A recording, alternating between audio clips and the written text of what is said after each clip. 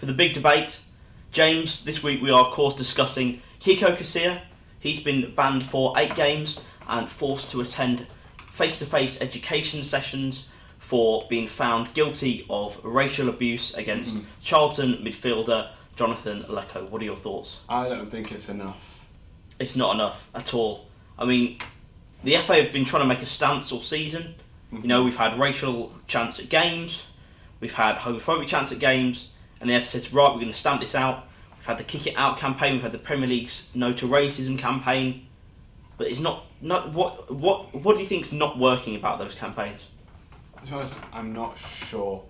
The fact that it is such, I don't want to say a big name player, but he's played for Real Madrid. He's playing for a team which could be in the Premier League next season. They're high flying at the top of the Championship. It's the 3rd most watched league in the world. He's a high profile player. Yeah, it's not like a Sunday League incident, is it? Yeah, although that's still not acceptable, at the end of the day, it's not going to get as much public attention. And the fact is, he's not going to be as much of a role model. The whole idea is that when you're a footballer in higher league, you are a role model to other keepers.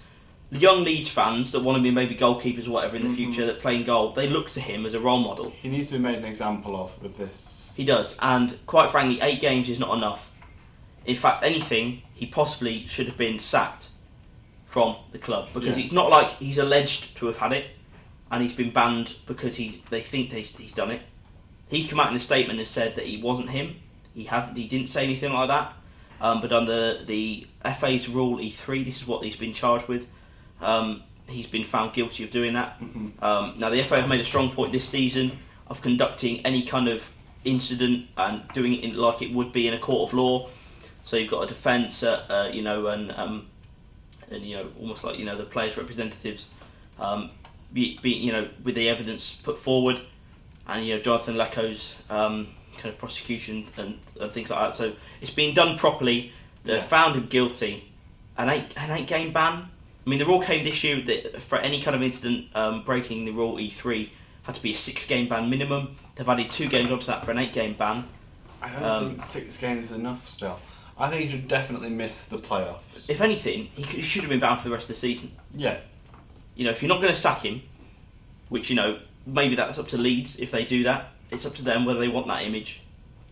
And that's what I'm really looking forward to. Well, not looking forward to, but that's what I'm really interested in, to see what the response is from Leeds. Yeah. Because they could either brush this over and pretend it didn't happen, and just say he got a suspension, or they could try and make an example of him, that players who give out racial abuse are not going to be employed by Leeds Football Club. That's the big decision they've got to make. And if they don't do that, you have got to ask questions. Well, what do Leeds stand for then? If they stand for a player giving out racial abuse, what are they going to stand for? This? Are they going to stand for that? Yeah. Because say if it was a homophobic issue, would they have given the same treatment, or would they give it? Leeds have got to set a precedent now that one of their top players has racially abused another player. He's been found guilty of it. What are they going to do now? Are they going to not play him not going to play him for the rest of the season? I mean, that is Bielsa's choice. I think Bielsa is. I don't want to say.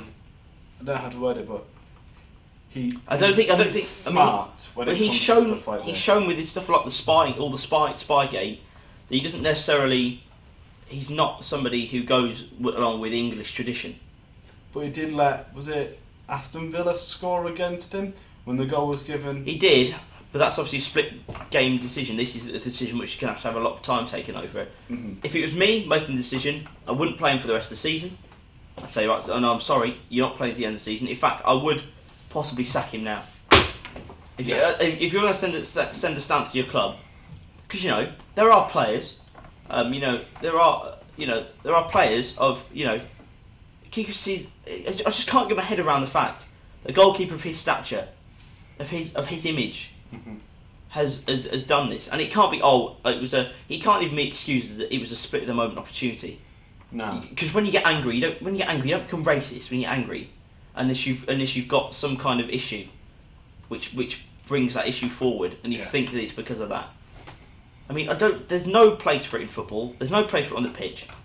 And no place for it anywhere. No, exactly. Kiko Casilla has got to really look at himself here. Yeah. Because Leeds have got to look at themselves here, because they're going to look very, very bad if they don't do anything about this and take their own individual sanction. If I was Bielsa, I would terminate his contract or not play him for the rest of the season, even when the 8-match ban's over. Yeah.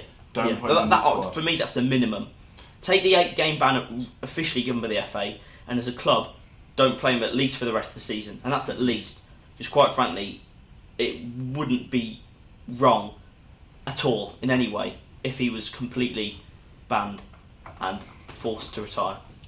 Because I don't see any club that can come back from that, unless he physically comes out and apologises. I mean, he's apologised, but it's only half-hearted apology. It's not a real apology. So, I'm sorry about this allegation. I didn't really do it. Mm-hmm.